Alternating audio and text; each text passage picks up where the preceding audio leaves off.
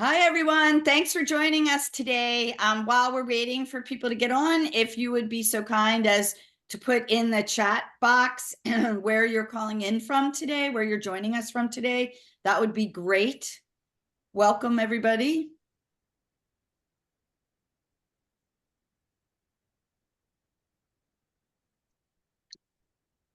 Sherry, we had a comment in the Q&A about enabling the chat. Oh,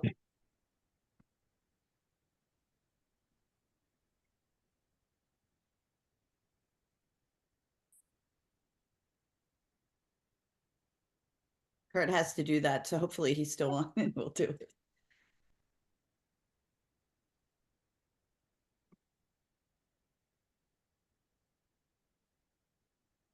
Here we go. Mainz, Germany. I think you win the prize. Los Angeles will be there next year. Arno Valley, Arizona. Lots from DC and Northern Virginia. Alabama. Quite a list. Well, thank you all for joining us today.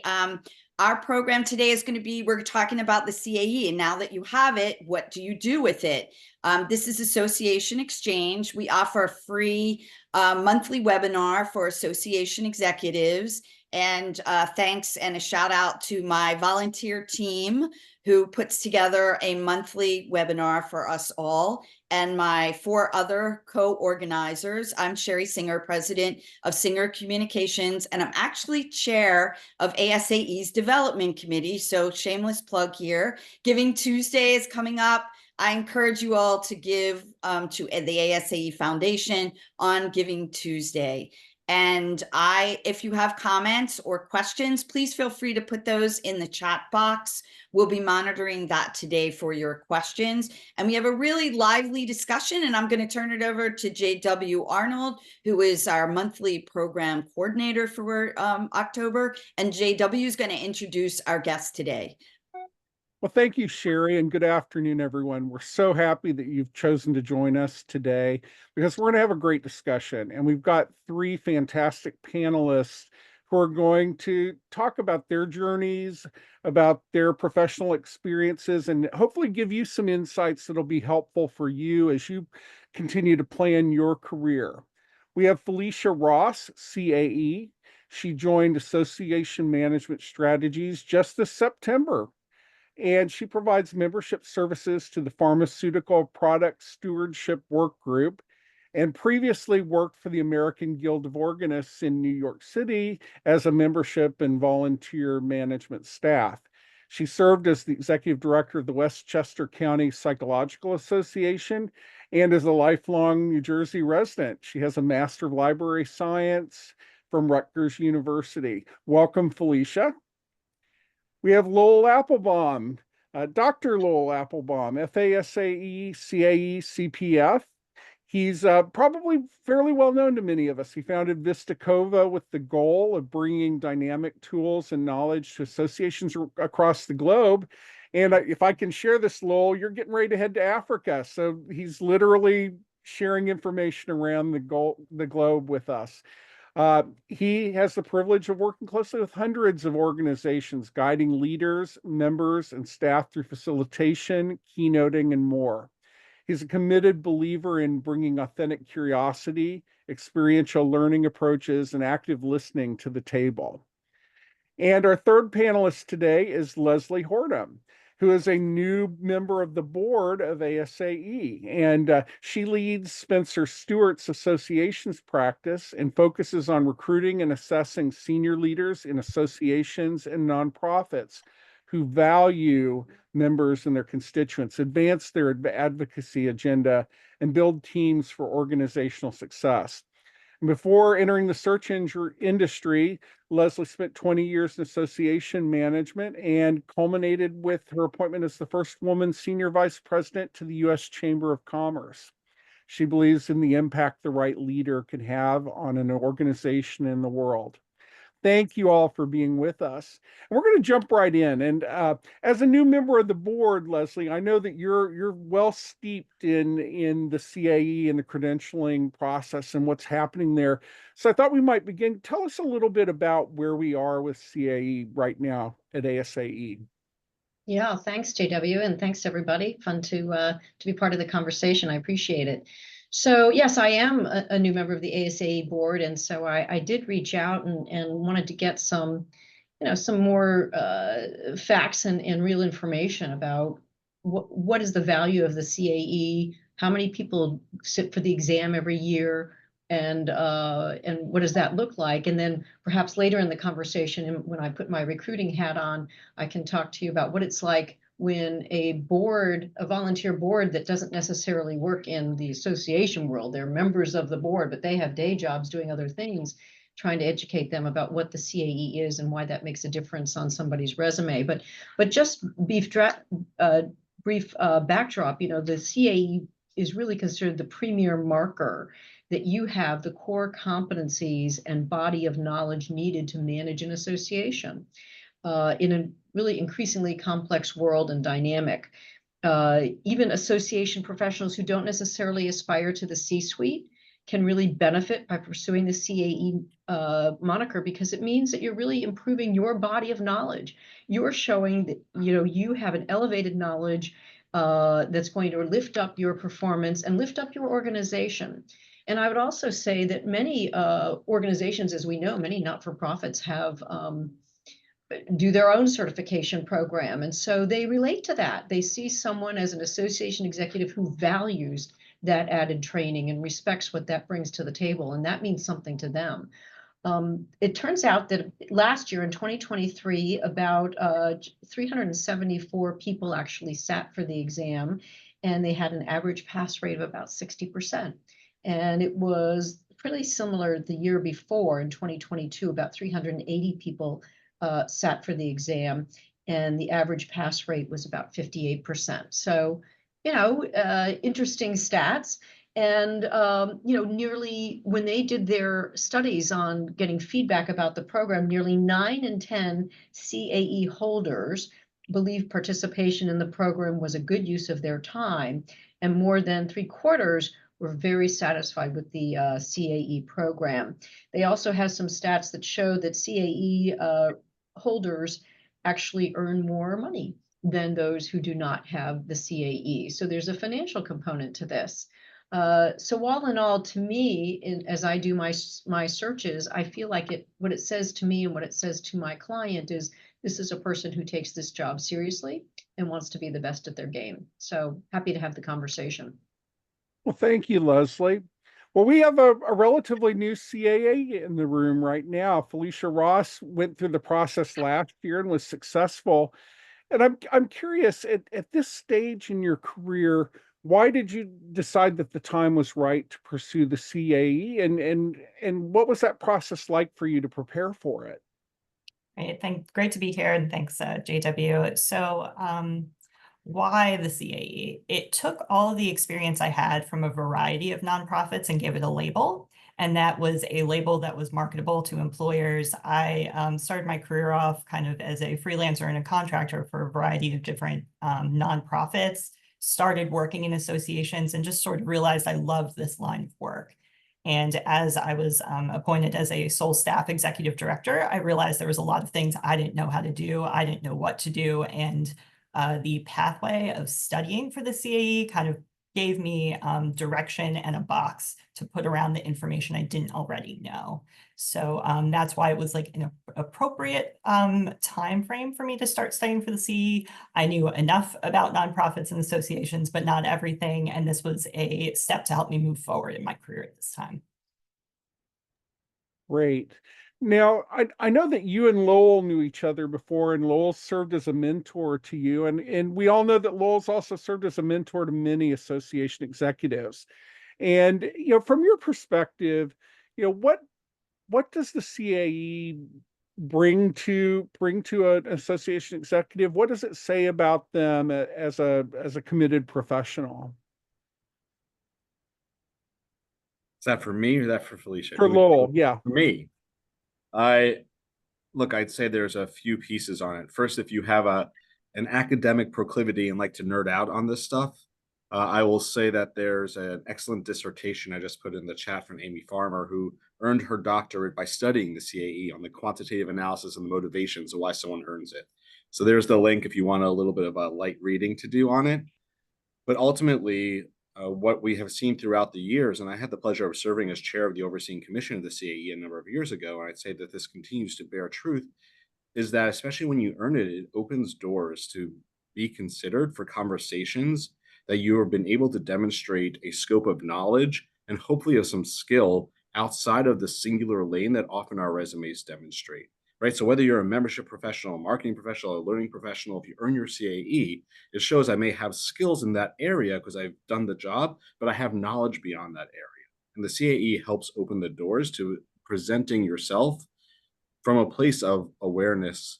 And then that enters you into different conversations often, right? You are sought after for that broader knowledge, for having been able to demonstrate expertise. And what Leslie cited earlier is something that we've continued to see over the years, which is that demonstration of knowledge then opens doors for career advancement, as well as for potential places for volunteer involvement as well, right? So that you earn your CAE, suddenly that's another opportunity to give back, whether it is in local state societies and the CAE classes they run to help others prepare, whether actually getting involved with the ASAE and the CAE Commission and its many committees. Bringing the CAE opens the doors to a broader network of those who have a similar commitment to you, to the association profession, who also have dedicated themselves to earning a credential that demonstrates that commitment. Great.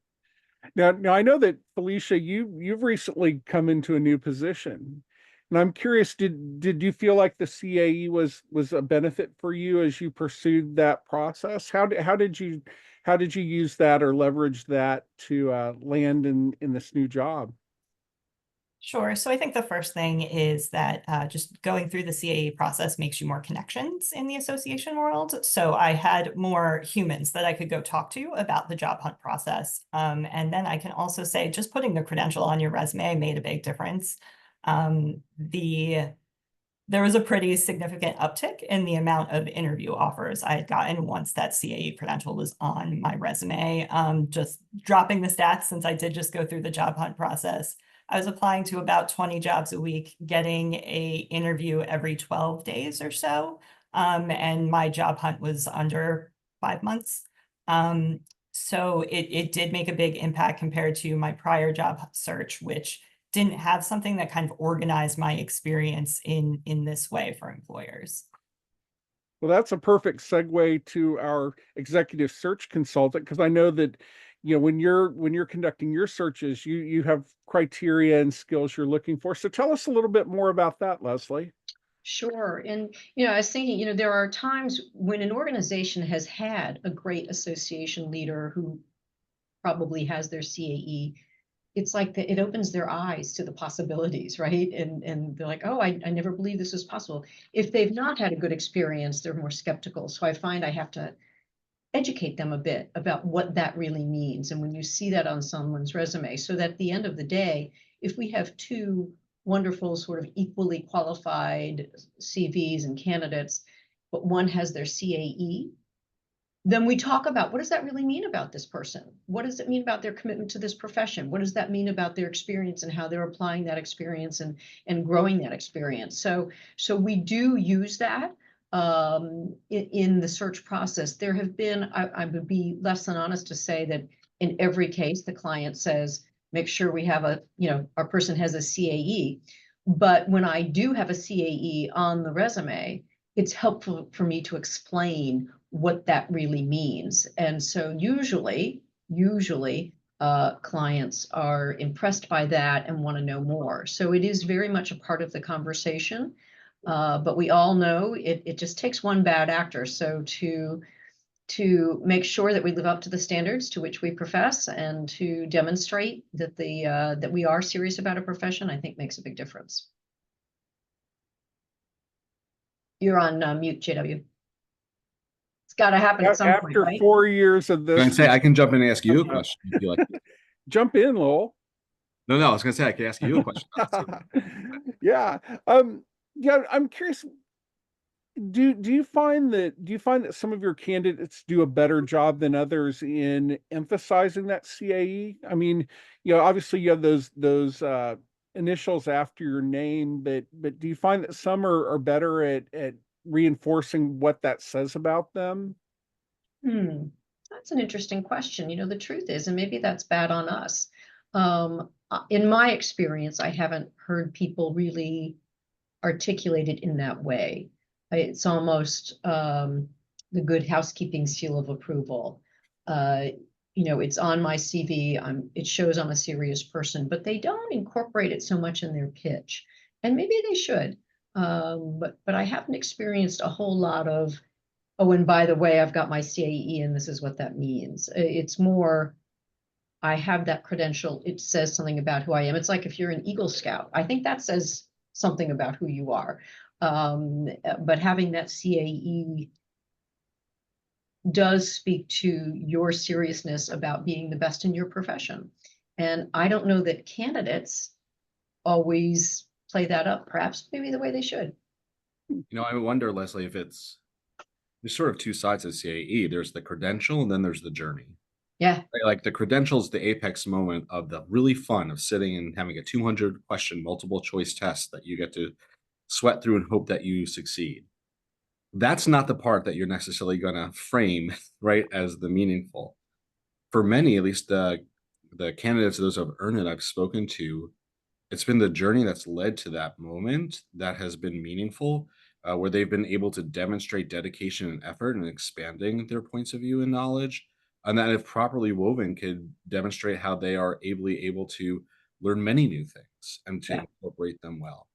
Yeah, so maybe that's something they should play up a little bit more. The other thing I would say is that I've also had the experience of someone who is coming into the association profession, and so they're switching sectors, right? And I've often said to them, you ought to go study for your CAE, because you're coming from a completely different world, and there are nuances, there are things that you don't understand about this world, that if you do this, it's going to at least demonstrate that you, as you have the capacity to learn more, and B, that you do recognize and respect that this is a little bit of a different job than what you've been doing in the for-profit world. So it's something that I often encourage candidates who are trying to make that transition to do that more effectively. We have a question in the Q&A that's kind of interesting relating to this. An attendee has asked, they're curious if going for the CAE is interpreted by current association employers as you prepping to leave for a better position. And if you're not looking to leave, maybe you need to frame why you're pursuing the credential a little differently. That's kind of an interesting situation, isn't it? Yeah. I'll pop in just to share two quick things. The first was when I earned my CAE, I worked for the time at the International Facility Management Association, and they had a tradition of everyone who earned their CAE, they got like an old coin, like some small memento of like appreciation that everyone who got it within. So the culture there was one of recognizing the impact and meaning of commitment to lifelong learning and how that makes you better at your job. And I would hope that's the cultural reality that we see in all of our organizations. I'm not sure if someone's going to leave. The demonstration of that is going to be a multi-month commitment to learning that then ends with a test, right? I think there's many other indicators that they're going to leave before then, though I'm not an HR professional. And so if the person asking is experiencing that at work, I would just recognize, looking across many organizations, that I think that's a cultural indicator of that specific organization, more than a professional industry-wide indicator about associations philosophy when it comes to continued commitment to lifelong. Yeah, I agree 100%. I would actually, and I'm seeing some of the notes in the chat about, my organization actually supported me in my pursuit. I would think as a CEO, you would want all of your employees to strive to do better and learn from their peers and learn more and be more professional in their roles. I think if you are insecure in feeling like just because you're bettering yourself, you're going to leave. I think there's something wrong with that. Right. I think there's this perception though that, and perhaps it's because of the experience requirements in the past, that, really this is a CEO level credential, and it's really not. And so I'm wondering if any of you are seeing more younger employees starting to work on this. I have thoughts, but I'll be honest. I think Phylicia is the closest we have to the most recently earned CAE. Phylicia, do you have any perception amongst those that you talk to who earned in classes near you or similar to you about where they are in terms of the stages of their professional journey?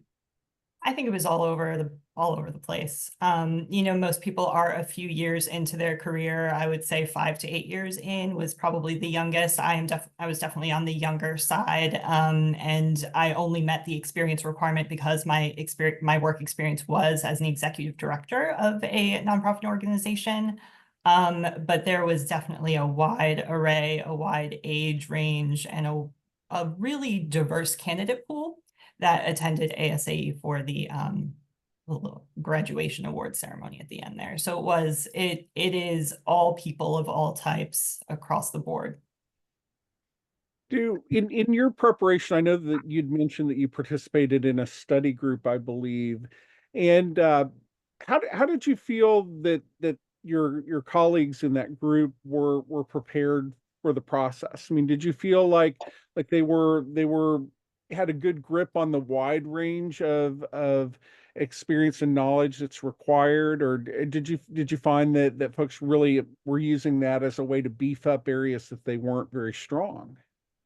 I felt like more people were using it to beef up areas they weren't very strong. There were a few other people in the classes who had very targeted jobs who were definitely using this process to expand their horizons, particularly in people who are involved in like governance and lobbying. This exposed them to a lot of other areas of the association world. So there's a wide application for the information that's contained in this credential. JW, I'd also reflect that the CAE is just one sort of mile marker along if you're looking at the trajectory of an association journey. I mean, there are things like out there, FSAE runs the QAS, the Qualified Association Specialist, the U.S. Chamber, near and dear to Leslie's heart, has the IOM program. I've been on the curriculum committee and taught there for 8 years. And the robust program of preparation they provide, 98 of the 100 hours you need for CAE, you can get by doing the IOM. And really, the learning really prepares you for that. I think if you look beyond the CAE at the other side of it, the CAE is sort of a foundational to having that broad, but I wouldn't say that that's it's not a demonstration of mastery, right? It's a demonstration of expertise at the level of beyond foundational, but in intermediate. That demonstration of mastery usually goes into specific areas. So I'm proud to have my CAE. Lord knows I'm not letting it lapse because I don't want to take that test again. Right, but earning my doctorate in education was like the next, because that's where I wanted my next learning journey to go. CAE is critical in the learning landscape. I think it's just one step on the journey that individuals pursue to continue to be lifelong learners. Yeah, I wanted to just quickly pick up. I'm a little troubled that in some of these notes that there was this notion that leaders were not necessarily encouraging their teams to pursue this course. And I think that's a shame. I think it is incumbent upon leaders to say, you know what, this is important. I want my team to be the best they can be, and I want you to take advantage of every opportunity for professional development. And we as an organization have a culture and a philosophy to support that. If the CEO is saying, who cares, or I don't really think it matters, then that tends to trickle down. And I would hope that we are identifying leaders and encouraging leaders to more proactively encourage their teams to pursue professional development of this sort. That's so important, and it really is a cultural issue as well. I mean, I think we've all seen organizations where that culture of professional development and self-improvement, when it's encouraged, oftentimes, and going back to that comment, you know, are you doing this so you can leave and get a better job? But, you know, I think as a leader, you want your people to become the best they can. And if they move on to something bigger and better, that's just God as much bless them. about you as them, because you've helped to develop them professionally and encourage them. I don't think it's a badge of honor when a CEO says nobody ever leaves here. That's not necessarily a good thing. You know, we want organizations to be growing and training such amazing people that everybody says, gosh, I want to steal from them. Everybody knows that's a great organization. It's a great training ground. When nobody ever leaves, it's because maybe nothing great's happening there. Absolutely. So let's follow up a little bit on an earlier topic. We were talking about sort of ways to expand your experience and your knowledge beyond the CAE. We did have a question about what is the IOM. So we had some folks that weren't familiar with that. But could all of you talk a little bit about, you know, some of those other ways that might be very targeted in propelling yourself forward as a lifelong learner? I have some strong feelings, which I'll try to keep very succinct. I believe earning your credential is not just something that you get, but should be a place that you start to give. If you have decided to earn your CAE, then you are demonstrating a commitment not just to a job, but to a profession. And I think each of our responsibilities to be continued contributors to that profession. I think there's many ways to do that. One is mentorship. I mean, the blessing I had to have a mentor relationship with Phylicia, where I think I learned more than gave. We can negotiate it, but like a place of giving back. I will make a shameless plug. I'm putting in the chat to have restarted the CAE scholarship to provide equity for those who face fiscal barriers from taking the credential, right? So that hopefully it could be available to anyone. My point being that the lifelong learning journey we're talking about, I want to take the learning piece out of that, is that I think earning the credential demonstrates that you have a commitment to a profession and that there are more steps that should be on that demonstration of commitment, that you look for places, not just what I get, but how can I continue to give back? Volunteerism, mentoring, fiscal support, right? Even participating on panels like this and being able to share your voice and your passion.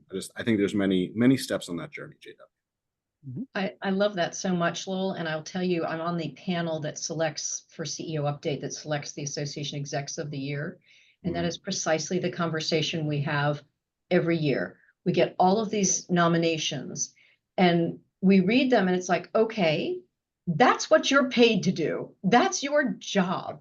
What are you doing beyond that is giving back to the profession? I mean, you're showing that commitment, not just to the job, but to the profession, is really the conversation we have all the time. And we're trying to identify that Association Exec of the Year, is to say who's going above and beyond their day job to lift up others in the profession. So I really totally sign on to what you're saying. I love what you said, Lowell, about mentoring, because, you know, mentoring really is a two-way relationship. And you know, the mentee may gain a lot, but in my experience, the mentor also really benefits and grows from the relationship as well. Let's put Phylicia on the spot. You know, you've gotten your CAE, you've seen some dividends from it. What do you see as your future unfolding in the near term? I mean, how can you see yourself leveraging that or taking your career to that next step? Sure. So I think the biggest next step was a new role that leveraged all the things I learned during my CAE, and that I just started last month. But I think now that I'm in my new role, it has been a change in type of association. I now have a baseline of knowledge to go and look further for things that are for information and continuing in ed that's specific to the role I'm currently in. I think that would be kind of my next plan for the next 6 to 8 months. After that, it's, how do I continue to develop myself now that I have kind of the credential already in a way that's easier to demonstrate than just I do this much continuing education every year. I think that's not something I have a hard and fast answer to, other than to, progress in the role that I just started. Mm-hmm. Yeah. So we've talked a little bit in ASAE about how the association world has changed a little bit and been transformed since COVID. You know, we're seeing fewer people going and becoming members in associations and organizations in general. What advice would you have for a CAE or an association executive in general, just from a forward-looking perspective? I mean, how can they prepare themselves to be leaders in 5 years, or given that we know that we're in a time of transformation? I would say read everything. Read everything and get plugged in. The only way to stay on top of what's new is to stay in touch with everyone else who is doing this kind of work, and through ASAE and all the other wonderful organizations that are out there. Get on the news list, get on the bulletins, and actually make that time during your day to read about what's new and up and coming. Yeah, I think that's exactly right, because it's only when you know what's up and coming that you can actually articulate a more compelling value proposition for your members. And I think a lot of membership organizations really do struggle with that. You know, what are we offering you, the member who has limited time, limited resources? What are we offering that you really can't live without and you can't get anywhere else? And so the more you learn and understand what their challenges are with what's going on in their industry or their profession, the better you are to say, and here's what we're doing to address that acute need, or that thing that we are all struggling with at common ground. So having and it's not just something you do once, and you all know this. It's not something you say, okay, we've got our value proposition, we're done. It feels like it's something that has to be refreshed continuously, so that you're always reminding your members, you get that here, and you can't get that anywhere else. I think the only other piece I'd add to is that for me, my investment in trying to become the professional I wanted to be years ahead was from a philosophy of service, right? Where could I also involve myself, contribute, and volunteer in a meaningful way that aligned both with what I wanted to learn, what the skills I could feel like I could offer, and would grow the community. And for me, ASAE has been really one of the primary places I've had the pleasure and benefit to do it. I love my mom with Sherry because she's head of the development committee. I'm head of the research committee. We could plug the research, like the foundation, all day on this between the two of us. But that learning, right? There's implicit that learning that happens when you surround yourself with brilliant and committed people. And if you find places that you volunteer with those that also share a commitment to the profession and the industry, you're inherently going to become a better person and a better professional for that time together. Absolutely. And as Phylicia pointed out, networking is so important professionally. And so being involved in that way. Well, it's not often that we have one of the lead executive search consultants in the country or the profession with us. So I'm sure that there are some folks on the call that are very much interested in what are you seeing out there right now in terms of the job market for association executives? Are there any trends that seem to be happening right now, or anything that you've got an eye on?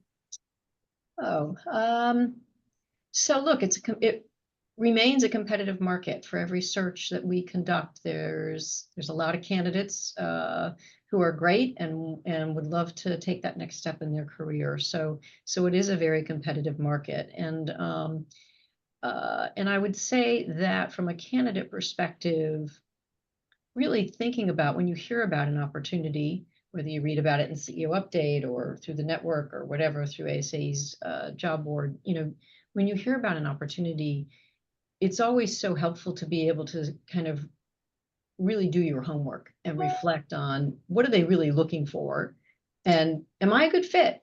And you know, have that honest assessment to figure out where you could be a competitive candidate. And I would say, you know, another trend that we're seeing is quite a bit is more and more our clients are asking for people who are experts in the profession to be included in the mix. So they're not just saying, let's just look at the association community. They're saying maybe we need one of our own to come in and be that leader. And we have those conversations about the nuanced differences and how running an association is very different from perhaps what a member of the board does in their day job. And so what does that mean in terms of the leadership of the association? We did one large one last year where the client said, we've had this phenomenal association exec for 8 years. They've built the team. They got us out of financial distress. They've done all these wonderful things. Now that we're in such great shape, we're going to bring one of our own in to run the place. It's just like, so, I mean, I understand they want somebody who speaks their language and all the rest of it, but it's because an association person was in there and did a phenomenal job and built that team with, so they said, we've got great association leadership now, so we're going to bring one of our own in. So being mindful of that dynamic and being able to demonstrate, yes, I am a great association exec, but I also actually understand and appreciate who you are and what you're trying to achieve and the struggles you're facing is critically important. You can't just come in and say, well, it doesn't matter if it's widgets or this or that or the other. I can just come in and apply association leadership principles here. They want to know that you can apply those skills and those experiences in a way that's going to be relevant to who they are. And if you can't connect those dots for them, they just feel like, they don't care about us. Because at the end of the day, it's about them. Leslie, can I ask, I'm curious, I want to ask a follow-up to you on that. I feel like I've seen a little bit of a trend in terms of transition that in 3 years ago, 4 years ago, sort of in the height of rapid forced change, organizations sought leaders that would help them navigate change. And I have a number of colleagues that at the end of their first contract are not being renewed because the change that was asked for Didn't happen. versus the pain of going through the change is not something I just wonder if you had any thoughts and reflections on that as a specific place that you're seeing any interesting trends. Yes, I think that ability to navigate change is absolutely a critical competency that our clients are asking for all the time. And I think it's important from the candidate perspective. Sometimes when we ask people about where and how they've led change, they tell us what they would do. Well, this is how I'd see it, and this is where I would go. What I try and coach candidates on is don't just tell me what you would do. Tell me what you have done. How did you do that in your organization today? How did you lead change? What was the situation? What were the dynamics? What worked and what didn't work? What'd you learn from that? So that you can give our client a concrete example that demonstrates, yes, I understand what you mean by that, and here's how that played out in my organization today. So yes, trying that dynamic of managing change, leading change, and defining what change means. It means different things to different people. And you all know as association executives, if you get too far out ahead of your board and you think you've got this mandate for change and you're running down the road and all of a sudden you turn around and nobody's following you, you've got to bring people along with you so that they see why we are driving towards this change. It's not change for change's sake. It's change to continue to add value to the members or to tackle a particular issue. But yeah, I mean, that is a huge dynamic in the market today. It's ability to navigate change, ability to navigate all the questions around DE&I. That is still something. I mean, every slate we have is a diverse slate, must be a diverse slate. And people can't just say, oh, I think diversity is important. What have you done? How have you built your team? In reality, how have you diversified your board? Like, tell us what you have actually done. Don't just give me lip service. Excellent. So we're just about to wrap up, and I'm gonna turn it back to Phylicia one more time. I know we have viewers at all stages of their career, but if we have anybody on today that's still trying to decide if they want to go down this journey, what words of advice do you have for them? Start investigating exactly how much of a lift it would be for you. I think one of the things that surprised me when I started seriously looking, okay, what will it take for me to study and then sit for this exam? I realized I had done a lot of the continuing education requirements already. I realized I had started studying and learning about specific ways to market and best practices. So when I finally sat down and made myself a study schedule, there were far fewer things than I had expected to be on that list that I really needed to go through. There are a myriad of resources out there. The ASAE gives you a list of books. Go read those books. Go look at the table of contents and consider, hey, what am I not as familiar with, to get a realistic outlook of how much work it really would be to study for this test for you. Great. Well, thank you to each of you, Lowell, Leslie, Phylicia. Such great advice that you've been able to share with everyone on the call today. We really appreciate that. And I'm going to turn it over now back to Sherry, and she's going to handle some housekeeping at the end of our webinar today. So thank you, participants. This was an awesome discussion. Really, really enjoyed listening in. And our next program, it will be held November 14th. And it is a membership program talking about how to use data to grow membership. And Allison Heron is going to be our speaker for that program. Hopefully you'll all be able to join us then. Thank you, everybody, and have a great day. Bye-bye. Bye-bye. Thank you. Thank you. Thanks, JW.